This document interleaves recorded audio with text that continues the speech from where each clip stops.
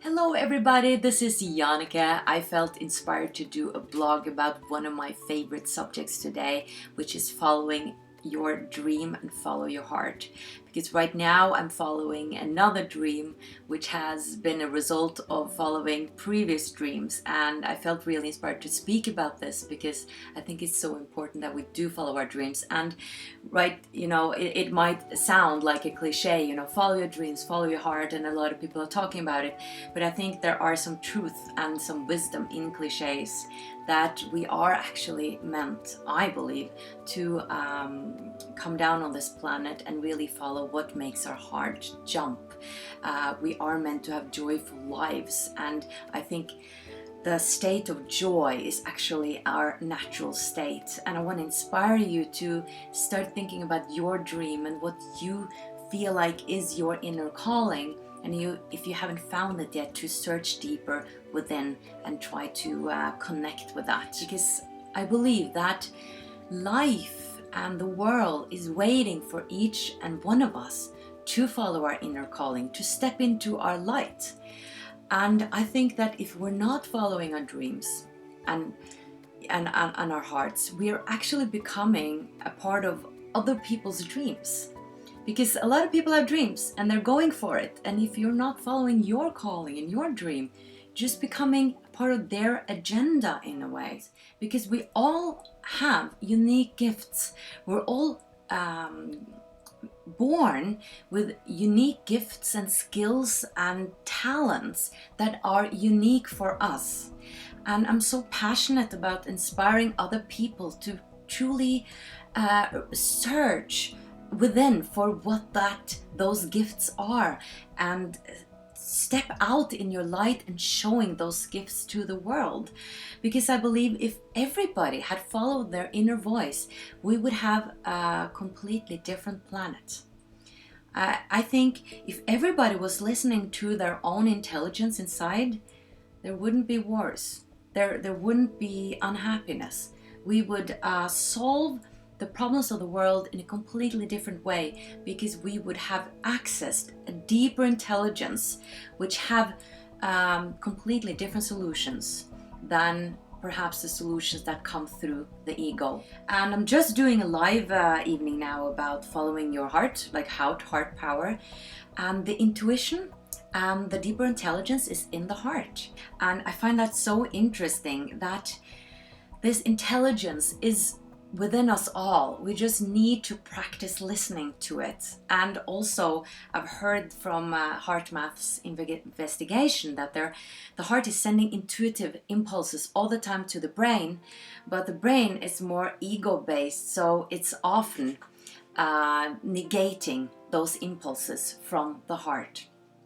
So being in the heart, following that hunch that I have a dream that I want to manifest, is actually your soul calling for you, and it's the world calling for you, that we need you to manifest this. We need you to shine your light, because we will benefit from that. I mean, when you truly step into your light, you actually give allowance for others to do the same. Like back to Marianne Williamson, there's nothing enlightened about shrinking yourself. There's nothing enlightened about putting yourself below others and not shining your light. When you are standing in your light, you automatically give allowance for others to do the same. That's why we're connected. We're connected through our heart electromagnetic fields, and we're influencing each other all the time. So my point here is that following your heart is actually doing something great to the world. And I think it's actually our responsibility to follow our inner calling to help the world. And also for ourselves, of course, is true self-love.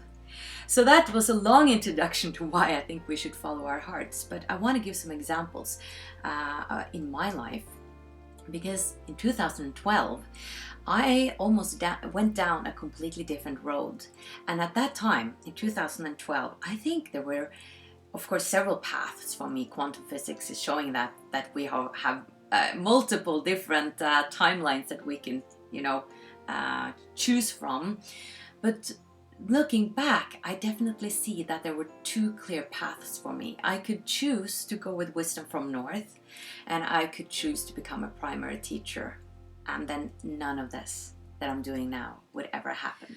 So what happened was that I had been studying for a year to become a primary teacher because I thought that was, the most secure job I could have, being a primary teacher. But I wasn't inspired.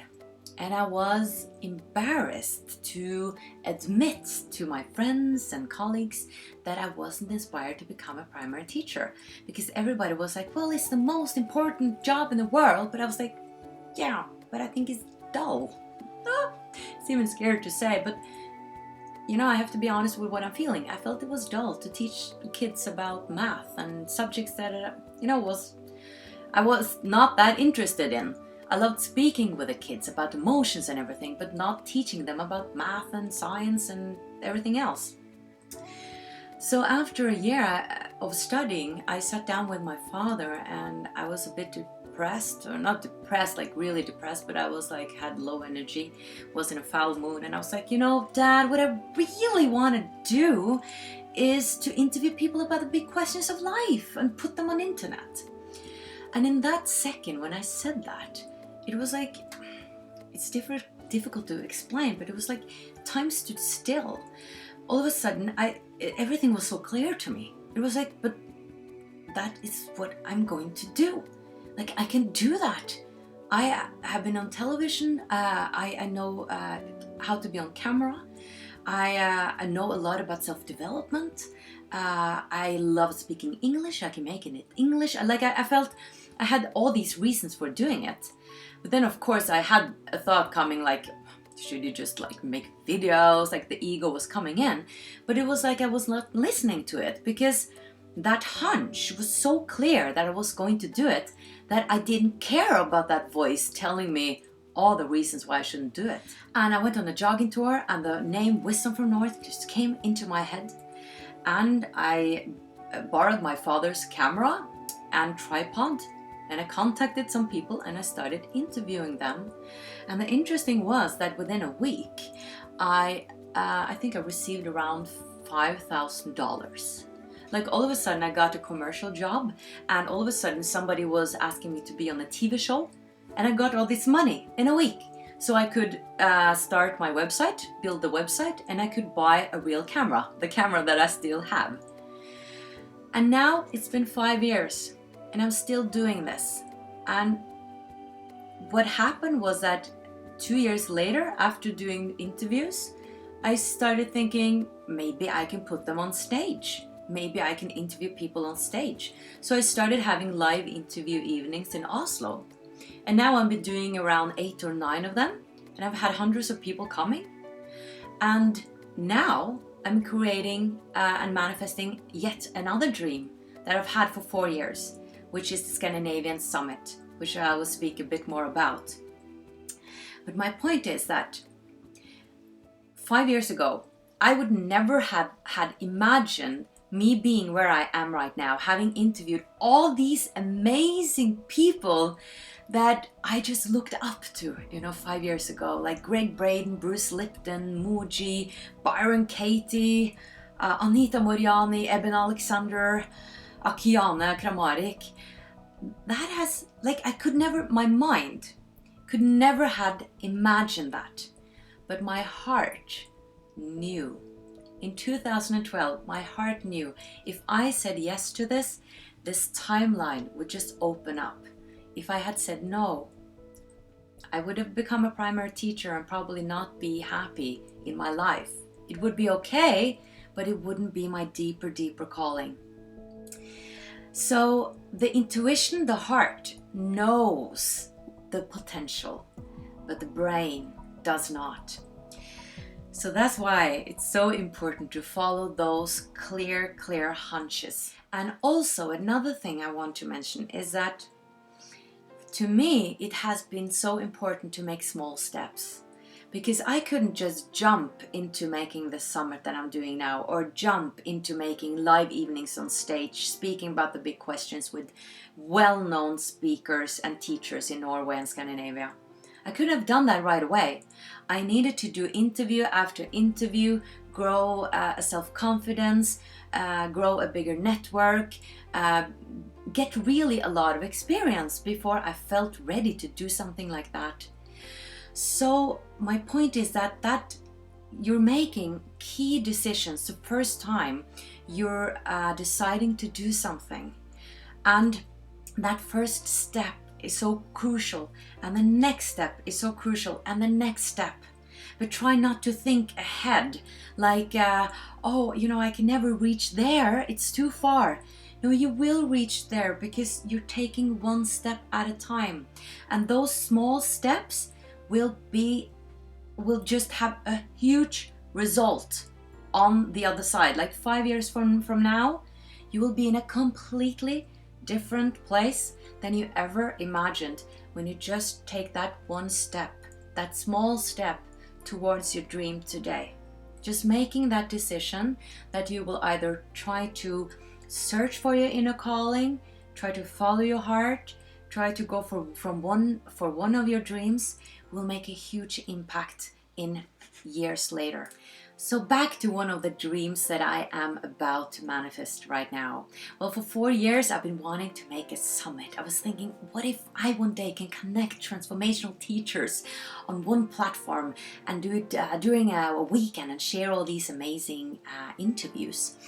And the opportunity came, last year. I met a woman that I just connected so well with in Denmark, and it was in this other situation actually. We were supposed to go to this workshop, and we had a great time, but I felt like, I'm supposed to do more with this woman. I can't just let her go. She's too good. And so I sat on the flight and I started dreaming about this summit, and I was like, we can do it together. Like, she knows a lot of people in Denmark and I know a lot of people here in Norway and Sweden. And I called her up and I explained my idea about the summit, and she was like, I'm in. So the last 5 months we've been working on the Scandinavian Female Empowerment Summit, connecting Danish, Swedish and Norwegian transformational teachers, only women, to interview them and speak about how we can manifest our dreams and desires, which is my favorite topic, like I'm saying. And it's amazing to see how it is unfolding. I can feel myself smiling so much these days. Like in January when we launched it, launched to people that we were going to do the summit, I just felt so happy because I feel so true to my own calling. I'm so happy that I gave myself the gift of following that hunch, that dream that I had for so long, and when the opportunity came, I took it. Now 600 women have signed up, and it's in English, and I wanted also to invite you, all the women out there, to participate if you feel that this is something you want to be part of. And it's free, and it happens on the 23rd and the 24th and the 25th of February. You can sign up on Wisdom of Today, which is our website, and you can get access to 21 videos and podcasts with like the most highly recognized Scandinavian female teachers in Scandinavia. We have 8 from Denmark, 7 from Norway, and 6, I think, from Sweden. And it's been overwhelming. Like, so many speakers have contacted me wanting to be on the summit. There's huge interest for this. Like, we get about 50 or 70 signups every day, and we still have, it's a month before this starts.